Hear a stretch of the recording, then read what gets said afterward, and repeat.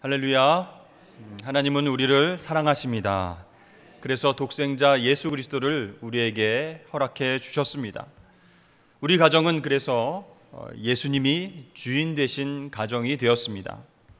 예수님이 주인이 되시니 가정이 천국이 됩니다.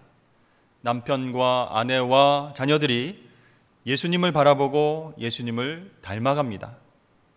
어렵고 힘들 때에 혼자서 고민하고 방황하는 것이 아니라 가족들과 함께 예수님을 향해서 기도함으로 말미암아 위기를 극복해 나갑니다.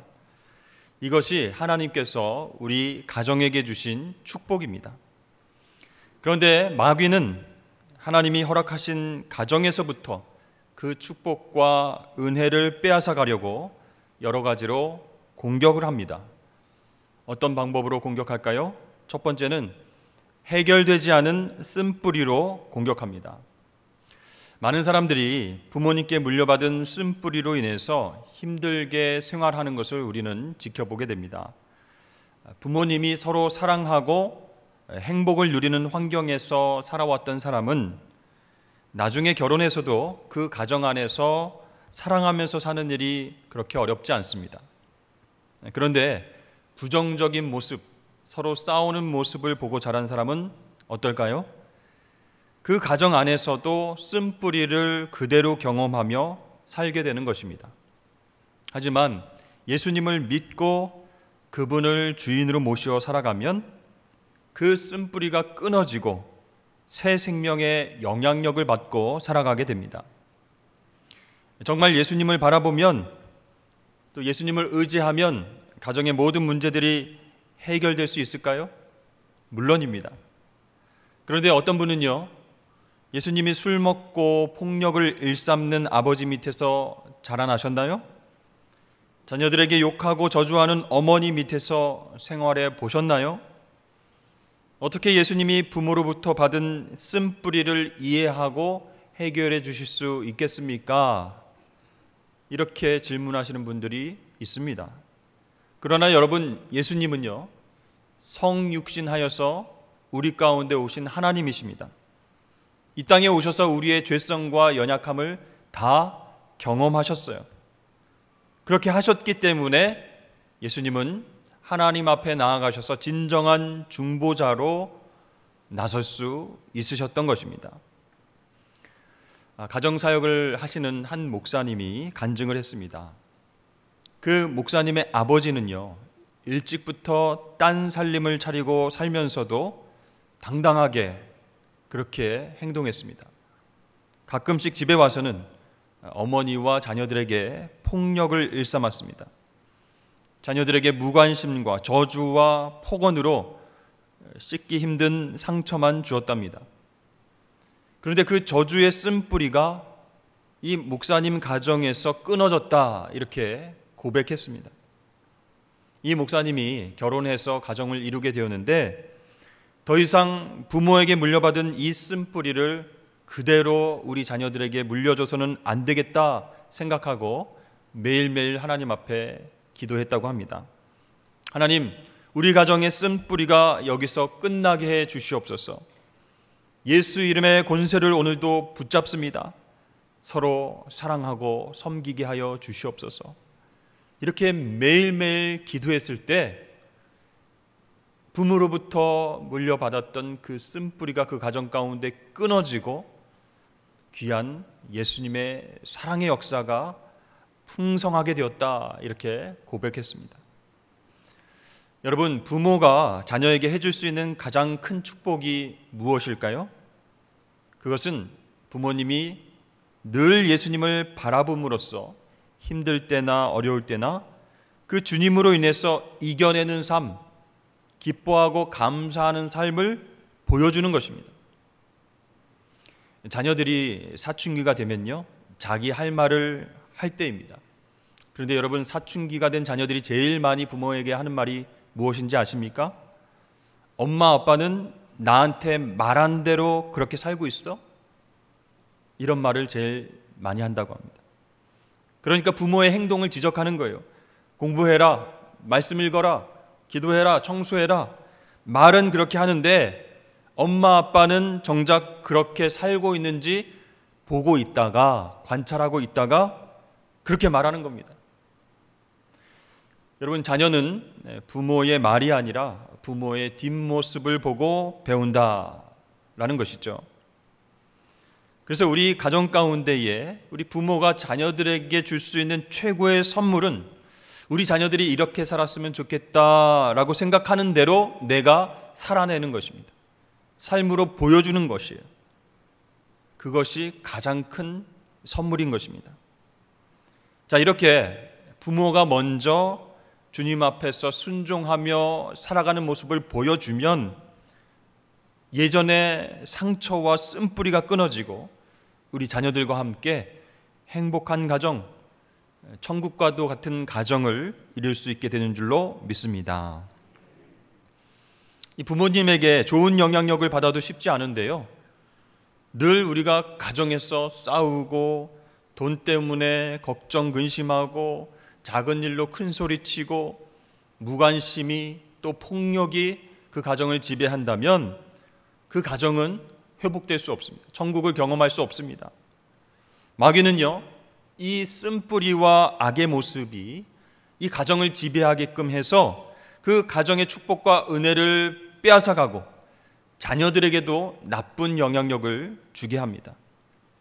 그러므로 사랑하는 여러분, 우리 부모가 먼저 예수님을 바라보고 회복되기를 주의 이름으로 축복합니다.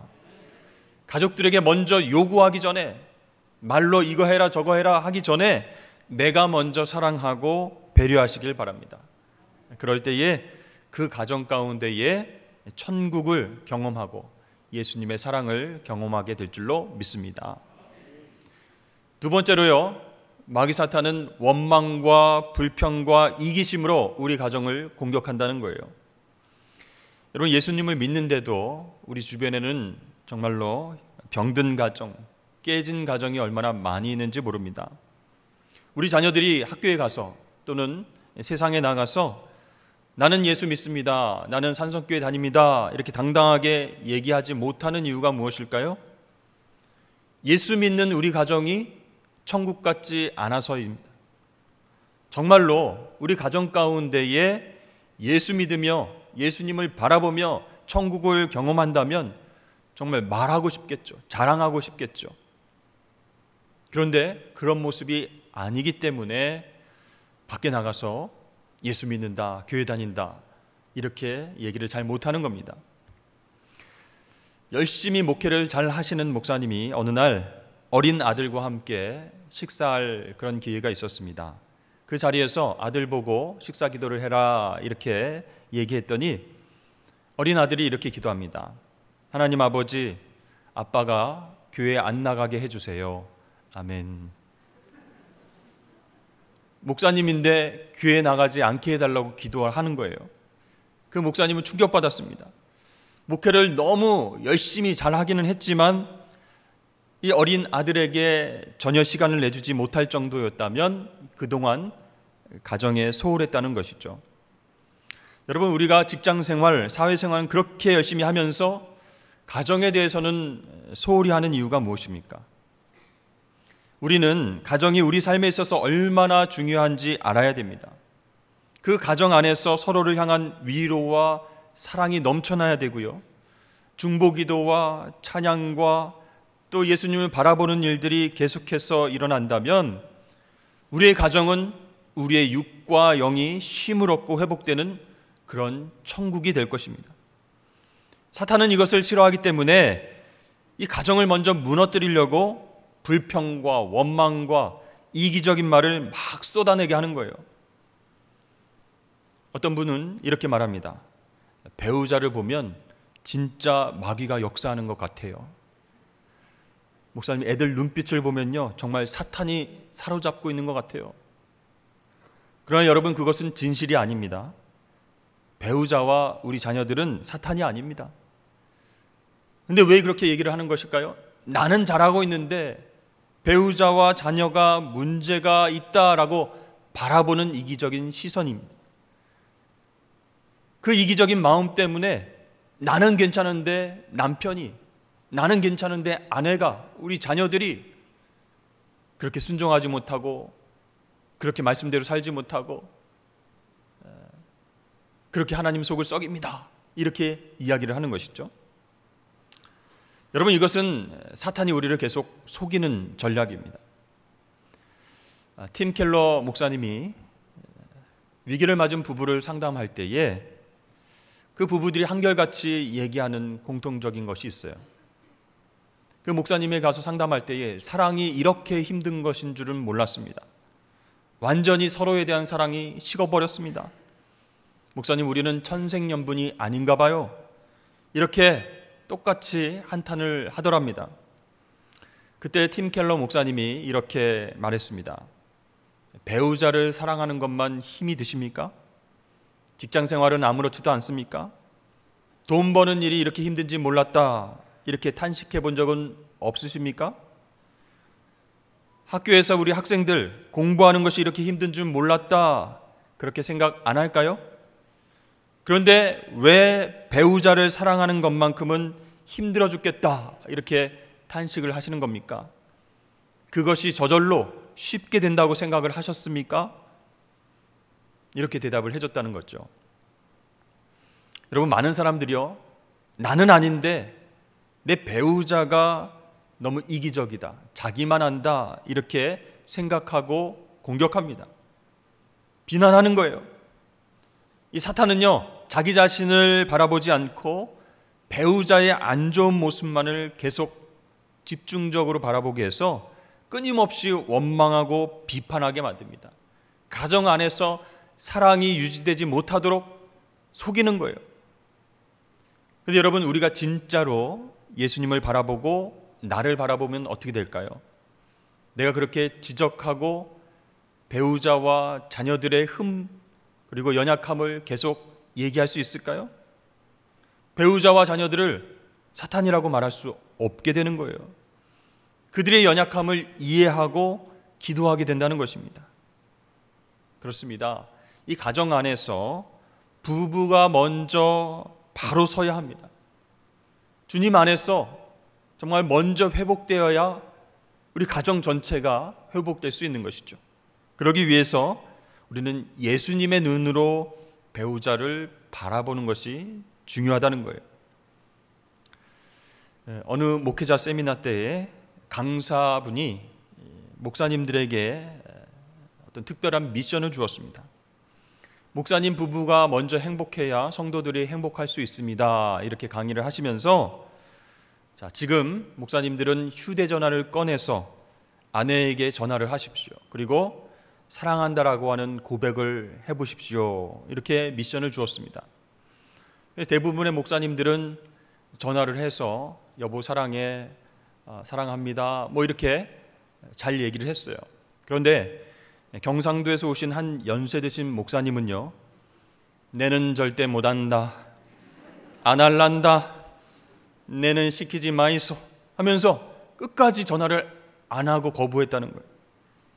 그러니까 그곳에 모인 목사님들이 목사님도 할 수 있습니다, 사모님께 전화를 하십시오, 사랑 고백할 수 있습니다, 막 응원을 했는데도 계속 고개를 흔드시면서 안 한다는 거예요. 그런데 이제 강사님이 다른 분들은 다 했는데 그분만 남았으니까 목사님 한번 해보십시오, 하나님이 마음으로 고백할 수 있도록 도와주실 겁니다. 옆에 있는 목사님들도 뭐 어렵지 않습니다, 한번 해보십시오. 그래서 할 수 없이 목사님이 아내에게 전화를 했습니다. 근데 첫 말이 뭐냐면 여보 내다. 그리고 나서 이제 말이 막히는 거예요.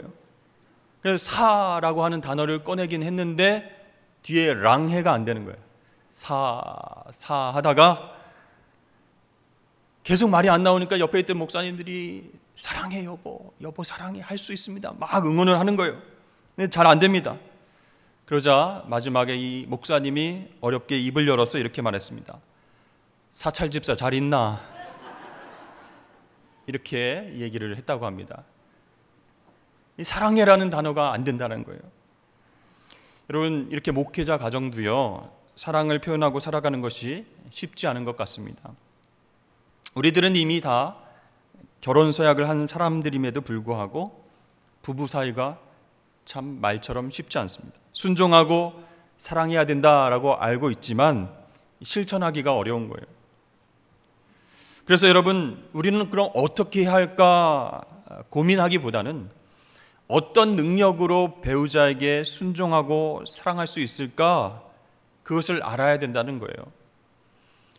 오늘 본문 22절은 아내들이여 자기 남편에게 복종하라 이렇게 말씀합니다. 그런데 주께 하듯 복종하라 이렇게 단서가 붙어 있습니다. 또 25절에 남편들아 아내를 사랑하라 라고 하면서 주께서 교회를 사랑하셔서 그 교회를 위해 희생하신 것처럼 사랑하라 라고 말씀합니다. 주께 하듯 또 주께서 희생하신 것처럼, 무슨 말입니까? 우리의 능력이 아니라 주님의 능력으로 가능하다는 거예요. 즉 배우자에게 서로 순종하고 서로 사랑하기 위해서는 예수님을 바라봐야 된다는 것입니다.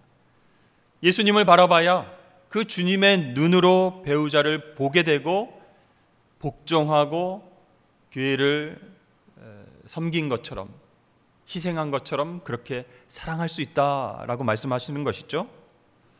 그렇습니다. 우리 가정의 가장 중요한 핵심은 부부라고 할 수 있습니다. 우리 그리스도 예수 안에서 배우자를 보는 정확한 눈이 열려야 합니다.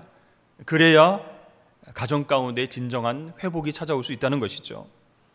사랑하는 성도 여러분, 배우자를 바라보는 눈이 예수님의 눈으로 바뀌길 주의 이름 축복합니다. 그래야 긍휼히 여길 수 있고 순종할 수 있게 되고요, 희생하면서 사랑할 수 있습니다. 그런데 예수님의 눈이 아니라 이 뱀이나 생선의 눈이 되면 어떻게 되겠습니까? 계속 이렇게 째려보는 눈이 되는 것이죠. 그러면 예수님의 시선으로 우리 배우자를 바라볼 수 없게 되는 거예요. 주님을 바라봐야 이 배우자를 바라보는 눈빛도 주님을 닮아가서 그렇게 바뀌는 거라는 거예요. 오늘 본문 말씀에 아내들이여 자기 남편에게 복종하기를 주께 하듯 하라. 우리가 잘 아는 말씀이지만 아내들이 듣기엔 참 부담스럽죠. 복종이라는 말이 좀 거슬립니다. 그런데 이 말씀은 위에 18절 말씀과 연결이 되어 있습니다. 술 취하지 말라 이는 방탕한 것이니 오직 성령으로 충만함을 받으라. 성령 충만을 받을 때에 우리에게 달라지는 것이 세 가지가 있는데, 첫 번째는 예배가 회복된다는 거예요. 19절 말씀, 시와 찬송과 신령한 노래로 서로 화답하며 너희의 마음으로 주께 노래하며 찬송하며, 결국 이 19절 말씀은 예배가 회복된다는 겁니다. 두 번째는 성령 충만할 때 감사가 회복됩니다. 20절 말씀에 범사에 우리 주 예수 그리스도의 이름으로 항상 아버지 하나님께 감사하며 그랬습니다. 나는 노력해도 잘 안 되지만 성령께서 나를 지배하실 때, 성령 충만할 때 감사하다, 이것도 감사하다, 저것도 감사하다, 감사가 회복되는 거예요. 세 번째는 무엇일까요? 21절에 그리스도를 경외함으로 피차 복종하라. 서로 복종하라. 여러분, 이것은 무엇에 대한 회복입니까? 관계가 회복되는 그런 말씀이에요. 피차, 즉 남편과 아내가 서로 복종하라는 겁니다. 복종이라는 단어가 조금 거슬리고 좀 부담스럽긴 하지만 내 힘으로는 될 수 없는 일이지만 성령 하나님께서 우리를 지배하시면 서로 복종하는 게 가능해진다라는 뜻이에요. 사실 여러분, 강해 보이는 남편도요, 아내에게는 꼼짝하지 못하게 됩니다. 왜 그럴까요?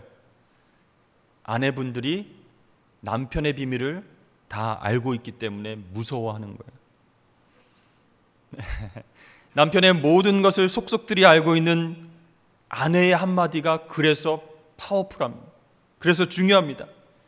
이 아내의 한마디가 남편을 죽일 수도 있고 살릴 수도 있는 거예요. 여러분, 남자는요, 자존심이 무너지면 끝나는 것이거든요. 죽은 것이나 마찬가지거든요. 그래서 아내가 남편을 향해서 막 지적하고 잔소리하면요, 다 맞는 말인데 기분이 나빠요. 자존심이 상했다는 거예요. 그래서 남편들은요, 두 가지의 반응을 보입니다. 첫 번째는 무조건 잔소리 할라 치면 화를 막 버럭 내면서 상처를 받지 않으려고 그렇게 대응을 한다는 거예요. 또 다른 반응은 뭐냐면 귀를 아예 닫고 무시하는 것입니다. 그러나 여러분, 예수님께서 우리 남편에게 찾아오셔서 역사하시면 어떻게 될까요? 우리 남편의 나쁜 습관과 죄성과 악한 마음의 뿌리를 십자가에 못 박도록 도와주시는 거예요. 그리고 새 생명으로 살게 하십니다. 이런 변화의 기적이 일어나게 하시려고 아내들은 남편을 향해 복종하기를 주께 하듯 하라라고 명령하시는 겁니다. 남편이 자존심 때문에 죽고 사는 그런 연약한 존재이기 때문에 아내들의 섬김을 통해서, 아내들의 순종을 통해서 예수 그리스도의 복음을 받아들일 수 있도록 아내들이여 남편을 향해서 복종하기를 주께 하듯 하라, 이렇게 말씀하신 거예요. 여러분, 직장 상사에게 칭찬받는 것 좋으시죠? 또 이웃집에 어떤 분들이 아이고 너무 잘하십니다 이렇게 칭찬하시면 좋으시죠? 그런데 그것보다요, 나를 잘 아는 분, 내 습관과 연약함과 내 실수까지 다 아는 아내가 나를 칭찬하면요, 그게 진짜이기 때문에 막 기분이 좋은 거예요. 겉으로는 막 이렇게 표시는 안 하지만 화장실에 가서 막 뛰면서 좋아할걸요. 여러분, 이 무뚝뚝한 남편, 잘 표현하지 않는 남편도요, 영적으로 허해서 갈급함으로 주님을 만나고 싶을 때가 있습니다. 그런데 주위에 아무도 없어요. 끌어주고 인도해 줄 사람이 없어요. 그런데 그 남편을 잘 아는 아내가 옆에서 순종해주고 섬겨주면요, 그 아내를 통해서 주님을 만날 수 있게 된다는 겁니다. 여러분, 남자는 단순하죠? 자기를 인정해주는 그 사람에게 마음이 끌리게 되어 있습니다. 문제는 아내가 그것을 인정하고 남편을 섬겨주고 순종해야 되는데 계속 지적하고 계속 잔소리한다는 거예요. 그게 문제인 거예요. 당신이 뭘 알아? 지금까지 나한테 해준 게 뭐 있어? 다 당신을 위해서 하는 잔소리야. 감사한 줄 알아? 이렇게 오히려 큰 소리를 치면요, 더 남편들이 주눅든다는 거예요. 이미 남편의 자존심은 완전히 죽어버립니다. 여러분, 아내분들 특별히 남편을 지혜롭게 돕는 방법이 있습니다. 그것은 남편의 장점은 그 앞에서 직접 말을 해주고요, 남편의 단점은 하나님께 말씀드리는 것입니다. 이것이 지혜로운 방법이에요. 이재철 목사님이라고 하는 분이 회심하기 전에 출판사에서 운영하며 일을 했습니다. 근데 이분은 거의 매일 술독에 빠져서 살았습니다.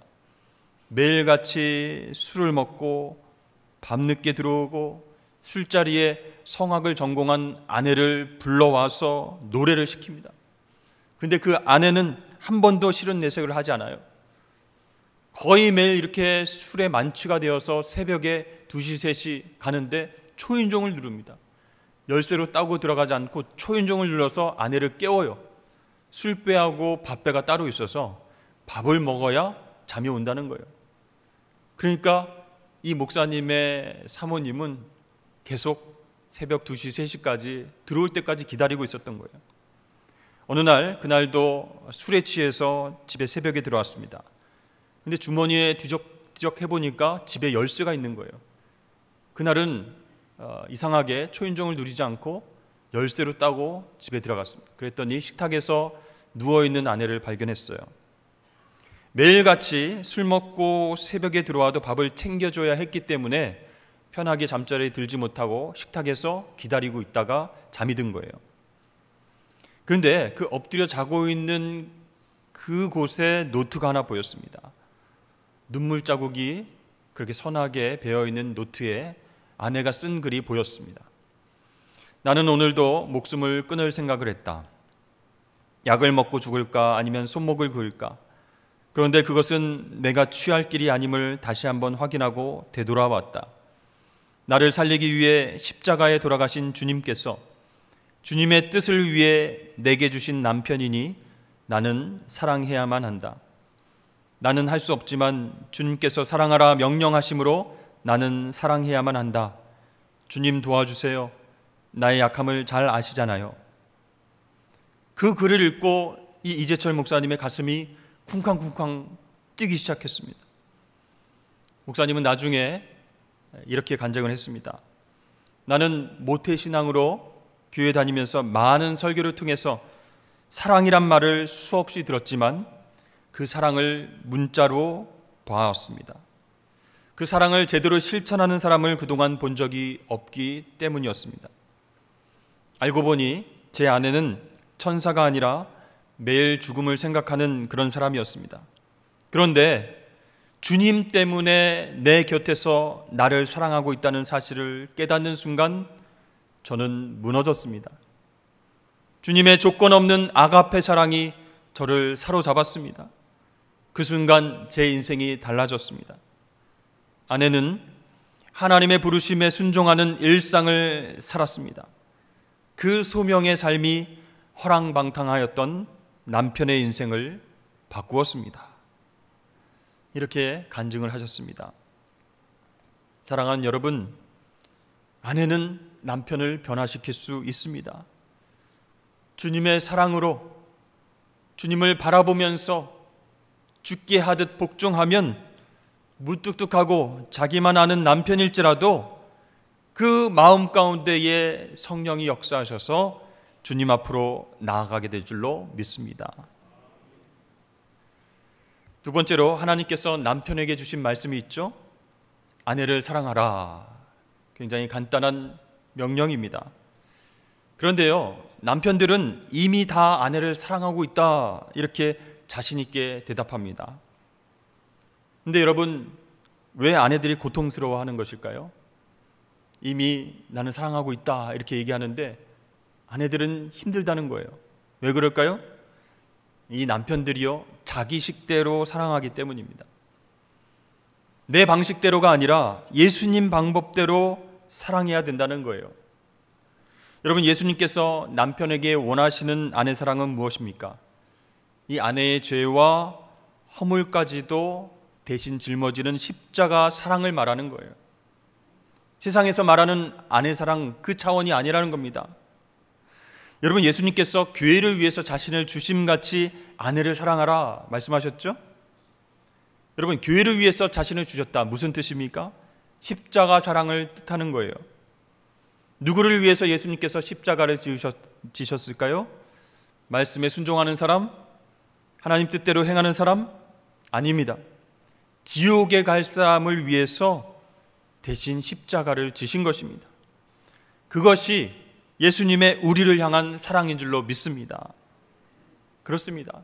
이 남편들이 아내를 향해서 십자가 사랑으로 사랑해야 된다라고 오늘 말씀하고 계신 거예요. 남편 여러분, 결혼하고 10년, 20년, 30년 이렇게 사셨죠? 이 남편들은요, 이 세상에서 항상 사랑스러운 여자가 아내가 아니다라는 것을 깨닫게 됩니다. 데이트할 때는 어땠을까요? 서로가 막 좋은 모습, 매너 있고 배려하는 모습, 그것만 보여주는 거예요. 그래서 서로 감동합니다. 와, 이런 사람이 있다니. 뭐가 이제 쉬웠죠.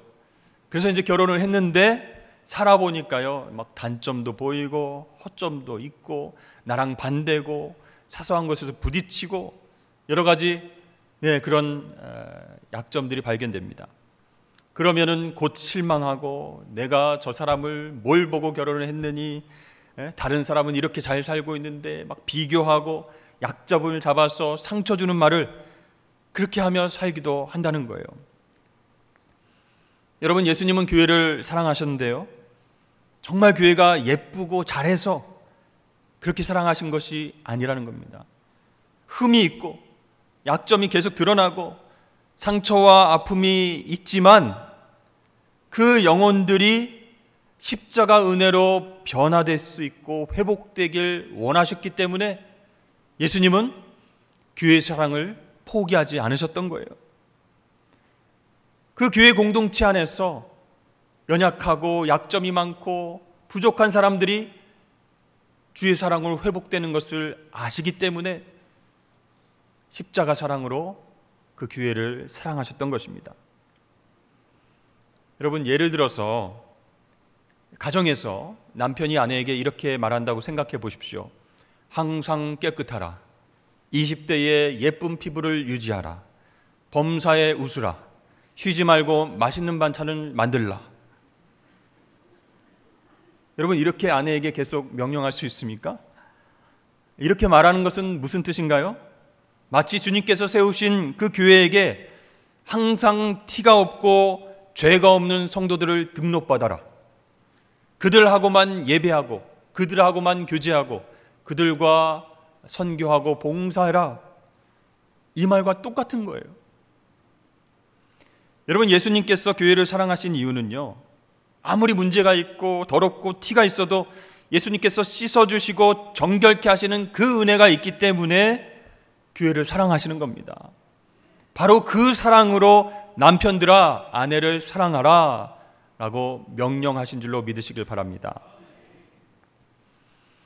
결혼을 배우다라고 하는 책에 이런 구절이 쓰여 있습니다. 나는 결혼한 후 한동안 나를 위해서 아내가 존재한다는 생각을 했다. 그런데 어느 날 기도드릴 때 주님은 내게 이런 마음을 주셨다. 내 아내를 사랑하고 계속 사랑해 줄 사람을 찾고 찾다가 가장 사랑해 줄 사람으로 너를 선택했다. 순간 깜짝 놀랐다. 나를 위해서 아내가 존재한다는 생각은 철저한 이기적인 착각이었던 것이다. 하나님은 아내를 사랑해 줄 사람으로 나를 찾으셨다. 이것을 깨닫고 모든 것이 달라졌다. 여러분, 아내들 막 마음속으로 아멘 막 하시고, 네? 남편들은 뭔가 뜨끔하시고 그런 게 있으시죠? 나를 위해서 아내가 존재하는 것이 아니라 아내를 사랑해 줄 사람으로 하나님이 나를 찾아서 연결해 주셨다라는 거예요. 얼마나 은혜롭습니까, 여러분? 사랑하는 성도 여러분, 코로나로 인해서 많은 것들이 힘들어졌지만 올 한 해 우리 가정 가운데에 놀라운 회복이 있기를 주의 이름으로 축복합니다. 왜 우리 가정이 예수님을 바라보고 가정 예배를 드려야 하나? 왜 십자가 사랑으로 남편과 아내는 서로 복종해야 합니까? 왜 우리 신앙을 자녀들에게 물려줘야 하겠습니까? 그 이유는 예수님께서 지금도 회복을 위해서 일하시기 때문이라는 거예요. 우리는 세상의 악한 영향력에 의해서 우리 남편과 아내를, 자녀들을 그냥 내버려 둘 수 없는 거예요. 주님께서 일하시고 계속적으로 회복을 통해 역사하시니까 우리도 가정 가운데에 주님을 주인으로 모시고 예배하며 기도하며 놀라운 회복을 경험해야 할 줄로 믿습니다. 여러분, 올 한 해 그렇게 가정 가운데에 천국을 경험하시는 저와 여러분 되시길 축복합니다.